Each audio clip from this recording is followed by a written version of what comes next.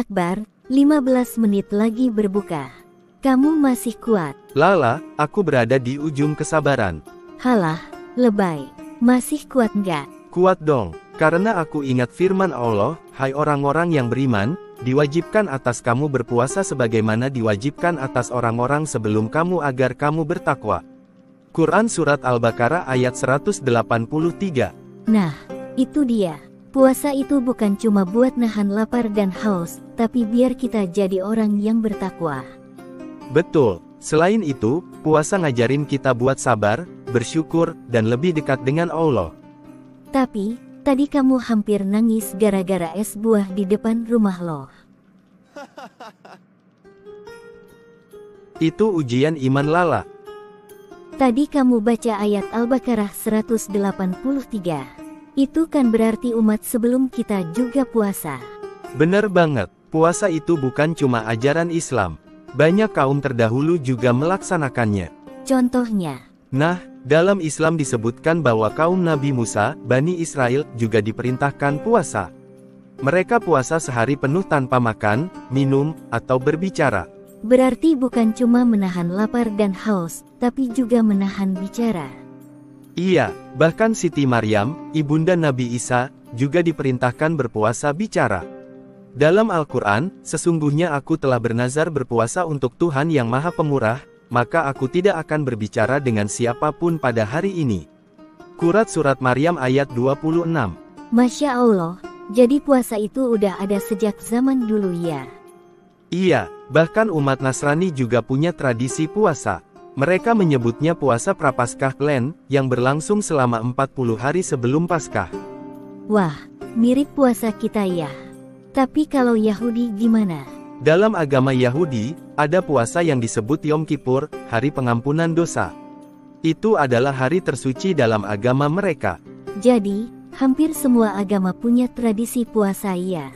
Betul, itu menunjukkan bahwa puasa bukan cuma ritual, tapi cara manusia untuk lebih dekat dengan Tuhan. Ngomong-ngomong, kalau di Indonesia, terutama di Jawa, ada nggak tradisi puasa selain Ramadan? Wah, banyak banget. Orang Jawa itu kreatif dalam urusan puasa. Contohnya? Salah satunya puasa mutih. Ini puasa di mana seseorang cuma boleh makan nasi putih dan minum air putih. Loh, kenapa cuma nasi putih? Tujuannya untuk membersihkan diri, menahan hawa nafsu, dan melatih kesederhanaan. Mirip dengan konsep puasa di Islam, ya? Iya, terus ada juga puasa ngerowot, di mana orang hanya boleh makan umbi-umbian, sayur, dan buah. Wah, itu sih mirip diet vegan. Bisa dibilang begitu, tapi niatnya bukan diet, melainkan untuk mensucikan diri dan mendekatkan diri kepada Tuhan. Keren banget ya. Ada lagi? Ada puasa pati geni. Ini lebih ekstrim. Orang yang menjalankan puasa ini nggak boleh makan, minum, atau menyalakan api selama sehari semalam. Astaga, itu berat banget. Iya, makanya biasanya cuma dilakukan oleh orang-orang yang ingin melakukan laku spiritual tinggi. Jadi, meskipun puasa Ramadan adalah yang utama, tradisi puasa di Jawa juga mengajarkan kesabaran, pengendalian diri, dan spiritualitas. Betul banget Lala. Aku jadi makin paham, Akbar. Puasa itu bukan sekadar menahan lapar, tapi juga menahan diri dari hal buruk dan memperbanyak amal baik. Iya, dan jangan lupa, puasa juga mengajarkan kita untuk berbagi. Rasulullah bersabda, barang siapa yang memberi makan untuk berbuka bagi orang yang berpuasa, maka ia mendapat pahala seperti orang yang berpuasa. Hadis riwayat Tirmidzi. Masya Allah. Jadi kalau kita kasih makanan buat orang berbuka, kita juga dapat pahala puasanya. Iya, makanya besok kita harus bawa makanan buat dibagikan ke masjid. Setuju. Ini cara terbaik buat mengamalkan hikmah puasa. Nah itu sudah azan maghrib. Alhamdulillah. Allahumma laka sumtu, wa bika amantu, wa ala rizkika aftartu, birahmatika ya arhamar rahimin. Alhamdulillah nikmatnya berbuka puasa ini. Nikmat mana lagi yang kamu dustakan? Jadi, dari obrolan kita tadi, kita belajar bahwa puasa Ramadan itu bukan cuma soal lapar, tapi soal mendekatkan diri kepada Allah. Kaum terdahulu juga berpuasa, jadi ini tradisi panjang dalam ajaran Tauhid. Di Jawa, banyak tradisi puasa yang mengajarkan kesederhanaan dan pengendalian diri. Puasa harus diiringi dengan berbagi, karena pahalanya besar banget. Wah, ngobrol sore ini bikin aku makin semangat menjalani Ramadan. Aku juga, dan besok kita lanjut berbagi takjil ya. Setuju, puasa jadi lebih bermakna kalau kita bisa berbagi dengan orang lain. Kak, aku kekenyangan. Kayaknya aku tadi makan kebanyakan. Makanya, jangan rakus. Puasa itu bukan lomba makan sebelum imsak. Tapi aku takut lapar nanti siang. Nah, justru kalau makan kebanyakan pas sahur, nanti malah gampang lemas. Kok bisa? Bukannya makin banyak makan, makin kuat puasanya. Salah besar. Kalau makan terlalu banyak, terutama karbohidrat, kadar gula darah naik cepat. Tapi nanti bakal turun drastis, bikin kita makin lapar di siang hari. Wah, terus gimana biar kuat puasanya? Pilih makanan yang sehat. Makan yang banyak serat kayak kurma, oatmeal, atau sayur. Itu bisa bikin kenyang lebih lama. Oh, makanya Rasulullah makan kurma saat sahur ya? Betul, Nabi bersabda, sebaik-baik sahur bagi orang mukmin adalah kurma. Hadis riwayat Abu Dawud. Wah, keren. Berarti sahur itu juga sunnah ya? Iya, bahkan dalam hadits lain, Rasulullah bersabda, makan sahur itu penuh berkah, maka janganlah kalian meninggalkannya. Hadis riwayat Bukhari dan Muslim. Oke deh, besok aku sahur pakai kurma dan oatmeal aja. Kak, kalau puasa itu sebenarnya bagus nggak sih buat tubuh kita? Bagus banget, Allah nggak mungkin mewajibkan sesuatu kalau itu nggak baik buat kita. Emang apa manfaatnya? Banyak. Salah satunya detoksifikasi alias pembuangan racun dari tubuh. Wah, kayak skincare buat tubuh dari dalam ya? Iya, saat kita puasa, tubuh kita mulai membersihkan diri. Sel-sel mati dibuang, lemak berlebih terbakar, dan sistem pencernaan istirahat. Oh, jadi pencernaan kita kayak mesin yang dikasih jeda istirahat. Tepat, kalau kita terus makan tanpa henti, sistem pencernaan bisa kelelahan. Wah, pantesan aku sering merasa lebih segar pas puasa. Nah, itu karena tubuh kita bekerja lebih efisien.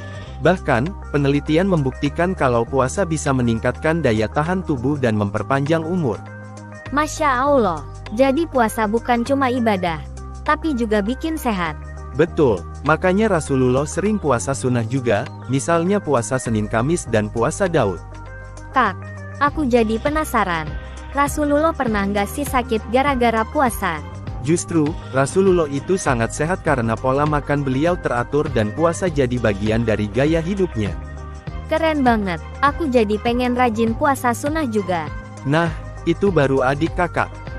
Kak, tapi ada nggak sih kebiasaan orang yang bikin puasanya nggak sehat? Ada banyak. Yang pertama, buka puasa langsung makan berlebihan. Wah, aku sering tuh. Nah, itu salah. Harusnya mulai dari yang ringan dulu, kayak kurma dan air putih. Kenapa? Karena kalau langsung makan banyak, lambung kita yang kosong tiba-tiba kaget.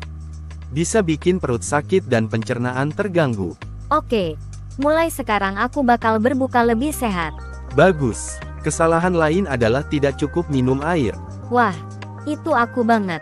Kadang aku lebih fokus minum es teh manis. Nah, itu juga kurang bagus. Minuman manis boleh, tapi jangan berlebihan. Air putih tetap yang terbaik buat tubuh kita. Noted. Kak, besok aku bakal lebih banyak minum air putih. Kak, ada nggak kisah inspiratif tentang puasa? Banyak. Salah satunya kisah Sultan Muhammad Al-Fatih. Wah, pahlawan Islam yang menaklukkan Konstantinopel. Betul, salah satu rahasia kekuatan pasukannya adalah mereka rutin berpuasa sunnah. Wah, jadi puasa juga bikin fisik lebih kuat. Iya, selain itu, mereka juga menjaga ibadah lain, seperti salat tahajud. Masya Allah, jadi puasa itu nggak bikin lemah ya? Justru bikin kita lebih disiplin dan tangguh, baik fisik maupun mental. Wah, aku jadi makin semangat. Jadi, kesimpulannya, sahur harus sehat biar kuat puasa. Puasa bagus buat kesehatan, termasuk detoks tubuh dan memperkuat daya tahan. Jangan buka puasa berlebihan, cukup yang ringan dulu. Puasa bikin kita lebih disiplin dan kuat. seperti para pahlawan Islam.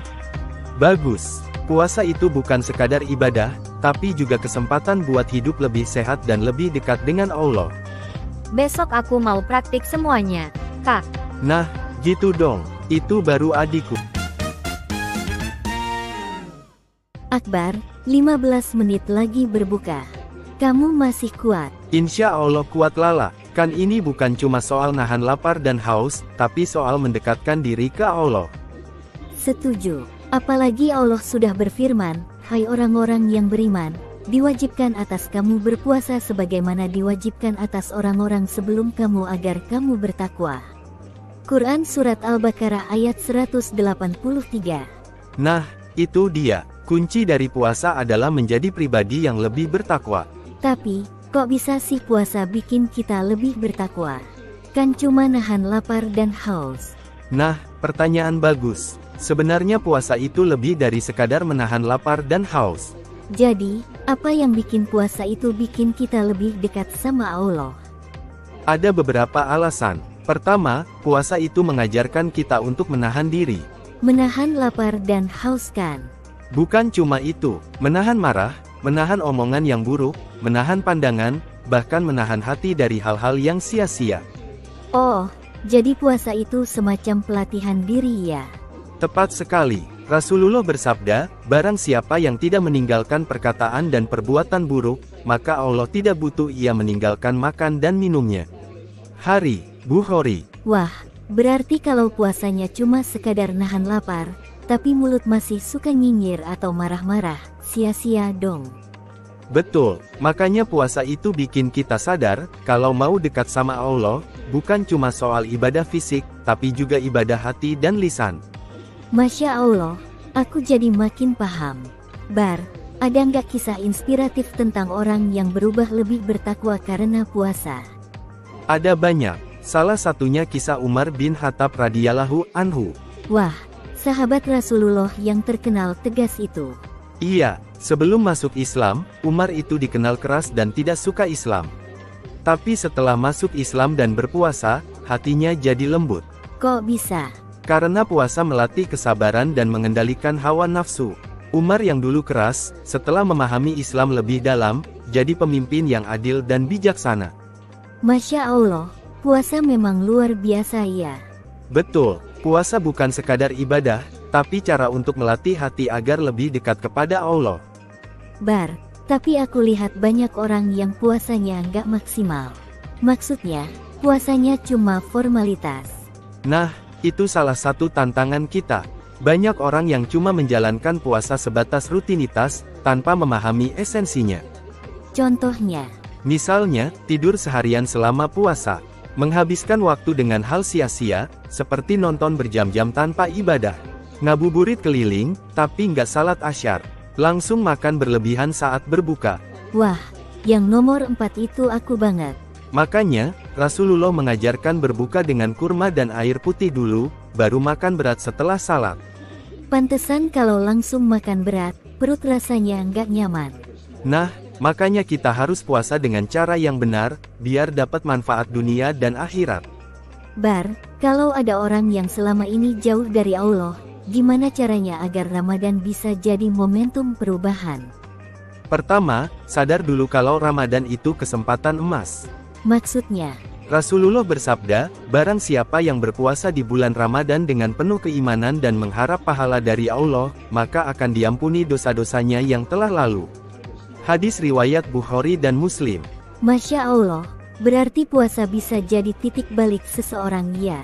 Betul, makanya jangan sampai kita sia-siakan Ramadan. Terus, langkah konkret buat memperbaiki diri di bulan Ramadan apa? Bisa mulai dari hal kecil, salat tepat waktu, perbanyak baca Al-Quran, jaga lisan dan hati, bersedekah meskipun sedikit. Wah, kalau gitu, aku mau mulai perbaiki salatku dulu. Nah, itu langkah yang bagus. Nah itu sudah azan maghrib, mari kita berbuka. Allahumma lakasumtu, wa bika amantu, wa ala rizkika aftartu birohmatika ya arhamar rahimin. Wah, segelas air putih setelah puasa itu luar biasa nikmatnya. Jadi kesimpulannya, puasa adalah ibadah yang melatih kita untuk lebih bertakwa. Menahan diri dari hal buruk lebih penting daripada sekadar menahan lapar. Ramadan harus jadi momentum perubahan menuju kehidupan yang lebih baik. Kesempatan mendapat ampunan Allah di bulan ini jangan disia-siakan. Wah, kesimpulanmu bagus, Lala. Berarti aku lulus kuliah Ramadan hari ini, ya. Lulus dengan nilai A+. Alhamdulillah. Yuk, makan sekarang, tapi jangan berlebihan ya. Siap, bismillah. Akbar, kurang 20 menit lagi berbuka. Gimana puasanya? Masih aman? Aman dong, aku kuat. Soalnya puasa ini bukan cuma soal nahan lapar dan haus, tapi juga soal menguji keteguhan iman. Wah, dalam banget. Emang sih, Ramadan itu bulan istimewa banget. Bahkan Allah berfirman dalam Al-Quran, bulan Ramadan adalah bulan yang di dalamnya diturunkan Al-Quran sebagai petunjuk bagi manusia. Quran Surat Al-Baqarah ayat 185. Nah, itu dia. Selain itu, di bulan Ramadan juga terjadi peristiwa-peristiwa besar dalam sejarah Islam. Contohnya, salah satunya yang paling dahsyat adalah Perang Badar. Perang Badar, itu yang pasukan muslimnya sedikit tapi bisa menang besar itu ya. Yuk, jadi gini, Perang Badar terjadi pada 17 Ramadan tahun 2 Hijriyah. Saat itu, kaum muslimin hanya berjumlah 313 orang, sementara pasukan Quraisy lebih dari 1000 orang. Wah, perbandingannya jauh banget. Pasti pasukan muslim ketakutan dong. Justru enggak, mereka punya iman yang kuat dan tawakal kepada Allah. Sebelum perang, Rasulullah berdoa dengan penuh harap, "Ya Allah, jika pasukan kecil ini hancur, maka tak akan ada lagi yang menyembahmu di bumi ini." Masya Allah, itu doa yang luar biasa. Terus gimana jalannya perang? Allah mengirim malaikat untuk membantu kaum muslimin.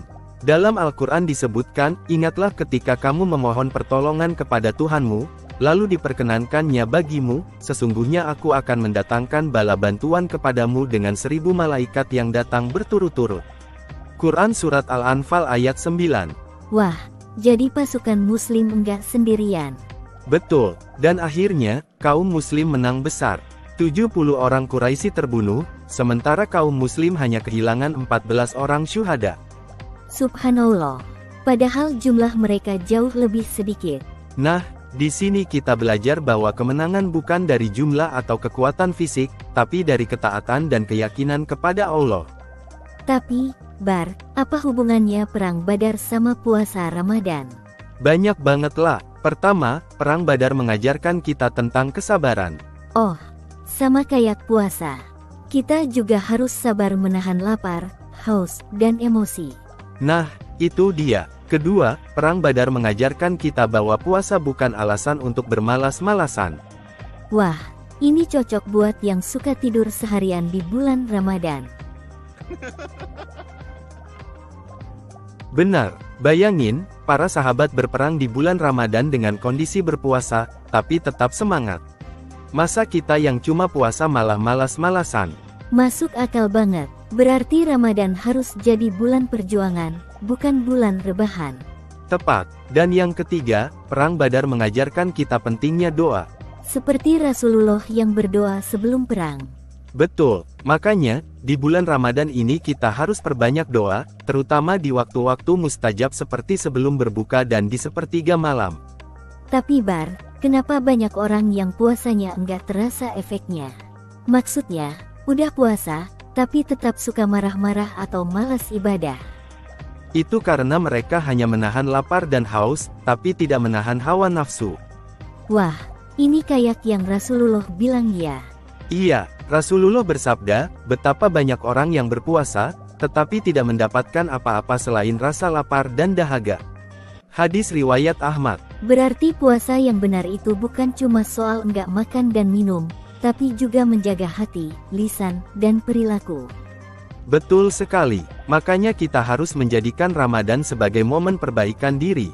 Bar, kalau ada orang yang selama ini kurang taat, gimana caranya agar Ramadan jadi titik balik buat dia? Pertama, niat yang kuat. Jangan cuma ikut-ikutan puasa, tapi niatkan untuk mendekatkan diri kepada Allah. Oke, terus. Kedua, perbanyak ibadah kecil tapi konsisten. Jangan langsung pasang target terlalu tinggi, cukup mulai dengan hal-hal sederhana seperti salat tepat waktu, memperbanyak membaca Al-Quran, menjaga lisan dari gibah dan memperbanyak sedekah. Wah, aku mau mulai dari yang kecil dulu nih. Nah, itu baru namanya perubahan bertahap. Jadi kesimpulannya, puasa Ramadan bukan sekadar menahan lapar, tapi juga melatih keteguhan iman. Perang Badar mengajarkan kita tentang kesabaran, semangat, dan doa. Puasa harus jadi momen perubahan, bukan sekadar rutinitas tahunan. Wah, kesimpulanmu bagus, Lala. Berarti aku lulus kelas sejarah Islam hari ini.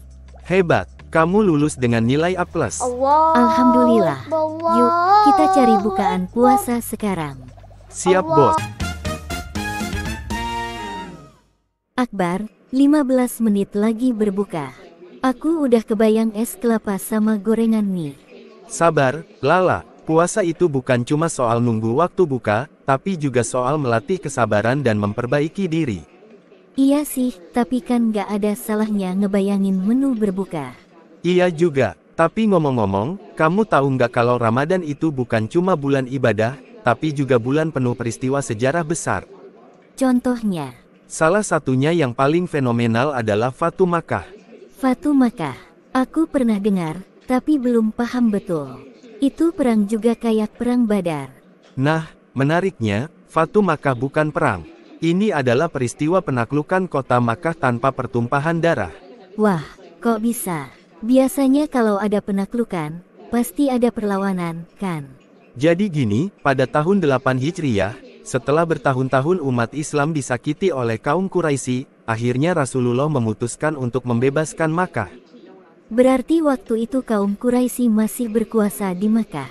Betul, walaupun Rasulullah dan para sahabat sudah hijrah ke Madinah, kaum Quraisy masih sering mengkhianati perjanjian. Sampai akhirnya, mereka melanggar perjanjian Hudaibiyah yang sudah disepakati sebelumnya. Nah loh, kalau gitu mereka cari masalah sendiri, ya. Tepat, karena itu, Rasulullah mengumpulkan 10.000 pasukan muslim dan berangkat menuju Makkah. 10.000 pasukan. Wah, pasti Quraisy panik banget.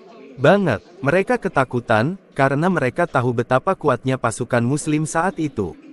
Tapi luar biasanya, Rasulullah tidak ingin pertumpahan darah.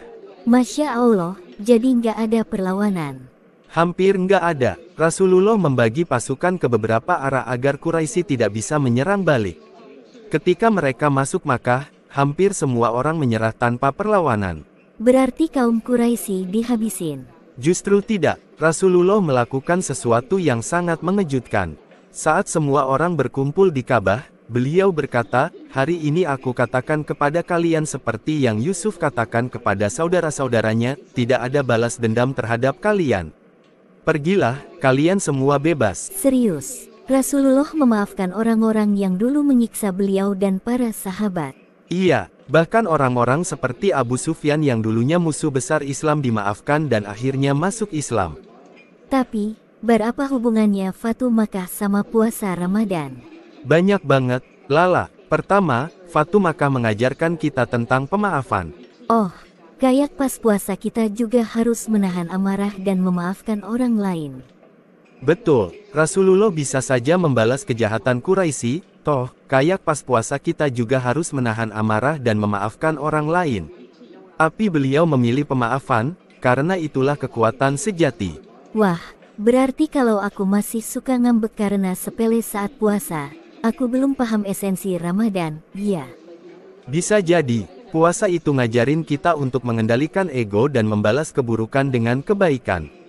Terus pelajaran lainnya dari Fatu Makkah.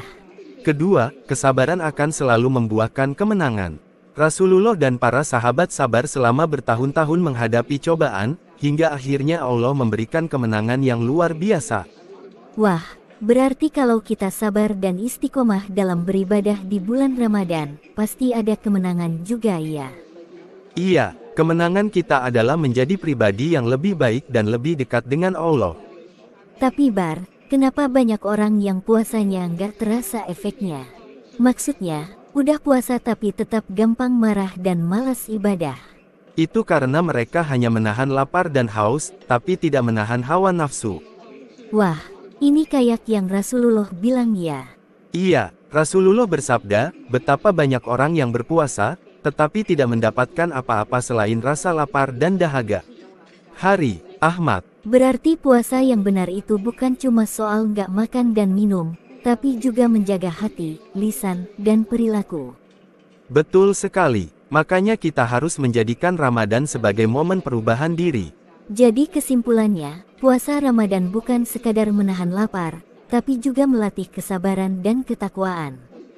Fatu Makkah mengajarkan bahwa kemenangan sejati adalah kemenangan hati. Puasa harus jadi momen perubahan, bukan sekadar rutinitas. Jangan sia-siakan Ramadan hanya dengan menahan lapar, tapi juga harus menahan hawa nafsu. Wah, kesimpulanmu bagus, Lala. Berarti aku lulus kelas sejarah Islam hari ini.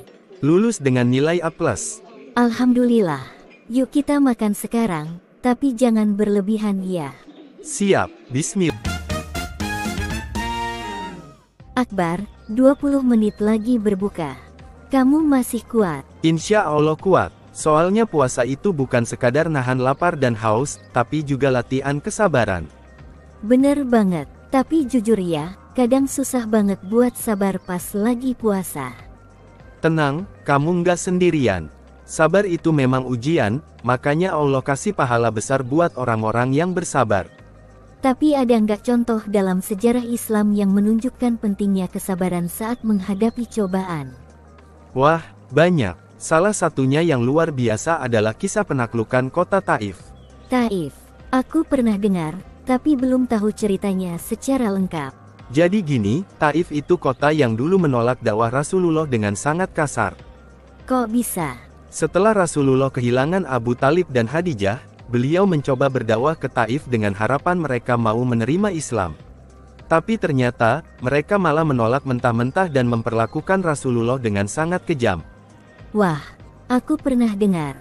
Rasulullah dilempari batu sampai berdarah, kan? Betul banget, Rasulullah sampai terluka parah, kakinya berdarah, dan beliau harus berlindung di kebun. Subhanallah, terus, apa Rasulullah langsung menyerang balik? Justru enggak, Rasulullah malah mendoakan penduduk Taif agar suatu saat mereka mendapat hidayah. Tapi, kapan akhirnya Taif bisa ditaklukkan? Nah, itu terjadi setelah Perang Hunain. Pasukan Muslim berjumlah sekitar 12.000 orang, tapi pasukan Taif sangat kuat dan berlindung di dalam benteng mereka yang kokoh. Jadi pasukan Muslim langsung menyerang. Awalnya, iya. Tapi ternyata, pasukan Taif sangat sulit dikalahkan karena mereka menyerang dari atas benteng. Banyak sahabat yang gugur dalam pertempuran itu. Waduh, pasti pasukan Muslim frustasi, dong. Iya, bahkan beberapa sahabat menyarankan Rasulullah untuk mengutuk kota Taif agar mereka hancur. Wah, terus apa Rasulullah setuju? Justru Rasulullah malah berdoa, "Ya Allah, berikanlah hidayah kepada penduduk Taif dan bimbing mereka menuju Islam." Masya Allah, Rasulullah benar-benar punya hati yang luar biasa. Betul, akhirnya, setelah beberapa tahun kemudian, penduduk Taif sendiri yang datang ke Madinah untuk masuk Islam. Bar, kalau dikaitkan dengan puasa Ramadan, apa pelajaran yang bisa kita ambil dari kisah ini? Banyak banget. Pertama, kesabaran itu selalu berbuah manis. Rasulullah tidak pernah membalas kejahatan dengan keburukan, tapi dengan doa dan keteguhan hati. Oh, mirip sama puasa. Kita juga harus sabar, nggak boleh marah-marah atau membalas keburukan dengan keburukan. Nah, itu dia. Kedua, Allah memberikan kemenangan kepada orang-orang yang bertakwa. Maksudnya? Rasulullah dan para sahabat menghadapi banyak ujian sebelum akhirnya menang. Sama seperti kita yang harus sabar dalam beribadah di bulan Ramadan sebelum merasakan kemenangan di hari Idul Fitri. Wah, jadi Ramadan itu bukan sekadar nahan lapar, tapi juga latihan mental dan spiritual. Betul sekali. Tapi, Bar, kenapa ada orang yang puasanya terasa sia-sia? Maksudnya, udah puasa, tapi tetap gampang marah dan malas ibadah. Itu karena mereka hanya menahan lapar dan haus, tapi tidak menahan hawa nafsu. Wah, ini kayak yang Rasulullah bilang ya. Iya, Rasulullah bersabda, betapa banyak orang yang berpuasa, tetapi tidak mendapatkan apa-apa selain rasa lapar dan dahaga. Berarti puasa yang benar itu bukan cuma soal nggak makan dan minum, tapi juga menjaga hati, lisan, dan perilaku. Betul sekali, makanya kita harus menjadikan Ramadan sebagai momen perubahan diri. Jadi kesimpulannya, puasa Ramadan bukan sekadar menahan lapar, tapi juga melatih kesabaran dan ketakwaan. Penaklukan Taif mengajarkan bahwa kemenangan sejati datang dari kesabaran dan doa. Puasa harus jadi momen perubahan, bukan sekadar rutinitas. Jangan sia-siakan Ramadan hanya dengan menahan lapar, tapi juga harus menahan hawa nafsu. Wah, kesimpulanmu bagus, Lala. Berarti aku lulus kelas sejarah Islam hari ini. Mantap, lulus dengan nilai A+. Alhamdulillah. Yuk kita berbuka puasa. Tapi jangan makan berlebihan ya. Siap,